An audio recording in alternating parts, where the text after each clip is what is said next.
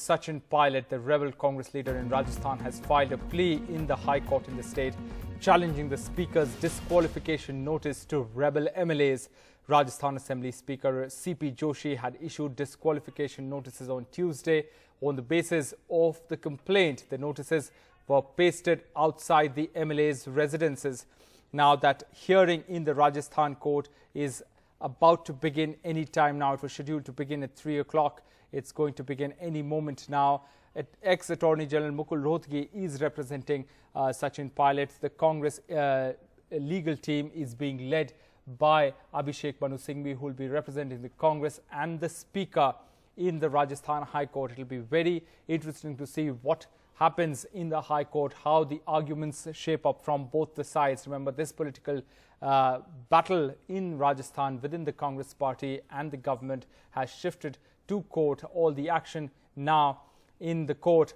Let's go across to Srinivasan Jain for more on this. Vasu, this court battle with Sachin Pilot now upping the ante, his return becomes tougher, isn't it?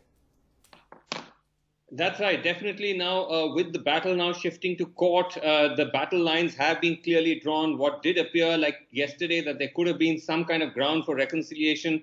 Now today it appears that matters have worsened much further. Now the entire battle, of course, pivots on the crucial question of whether or not the fact that these MLAs, including Sachin Pilot, did not attend these two Congress legislative parties amounts to anti-party activity which sets them up for disqualification.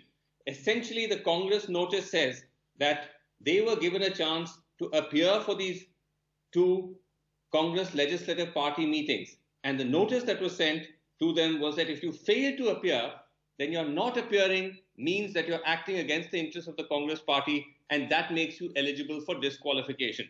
The petition that has been filed by these Congress MLAs, just going through the petition in court, it's a 30 to 40 page petition, that makes the case that simply not turning up for a Congress legislative party meeting does not mean that you can be disqualified, that is not grounds to invoke action against the anti-defection law, that we are still very much members of the Congress party. And just because we have grievances with the Congress party or with the leadership of the Chief Minister, in this case Ashok Gehlot, that does not mean that we are necessarily acting against the party and that they cannot invoke this particular provision against us. It is illegal. And that's why they've asked for it to be quashed. Now, this is, of course, something that the court will have to adjudicate on. But that, in essence, sums up the crux of the legal argument that is going to be made by both sides, that whether or not attending these two Congress legislative party meetings amounts to an anti-party act.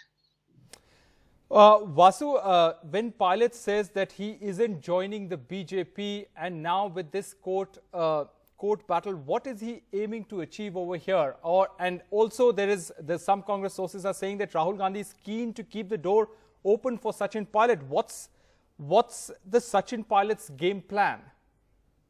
Rohit, these are not easy questions to answer because the political wind can change in the course of 24 hours. Political parties, leaders give different signals. But broadly, it appeared yesterday that Sachin Pilot was seeking some kind of reconciliation with the Congress when he said he's not joining the BJP, has no intention of joining the BJP, he's fought against the BJP, and that actually he does not want his name to be maligned with the Gandhis. But now the Congress is saying that this may actually just simply be Pilot trying to buy time. He's still very much trying to cobble up the numbers.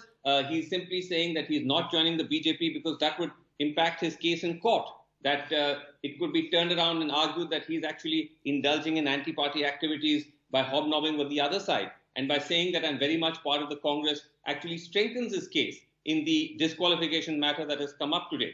The Congress is saying that actually he has not reached out to the Gandhi family. He's not sought an appointment with the Congress president.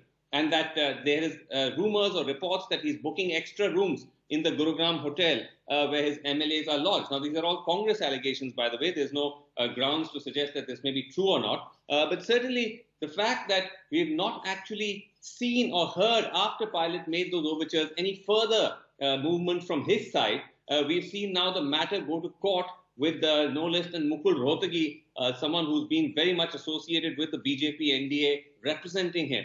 the fact that now the Congress is also going to now come after him in court with the full weight of its legal heavyweights like Abhishek Singhvi. All this does indicate, Rohit, that it doesn't appear that a reconciliation is looking likely. In fact, it looks like the battle lines are drawn. They're going to fight it out in court. It could well be that both sides try to break MLAs from each other. And ultimately, Rohit, it will come down to numbers. If Pilot is able to get closer to the magic mark of 30, narrows the gap between the BJP and the Congress, then it would be a full-fledged revolt, and that would seriously threaten the Gehlot government and make Pilot a serious contender. If, on the other hand, he starts losing MLAs from his camp, the numbers start weighing in favor of Ashok Gehlot, then the entire rebellion would fizzle out.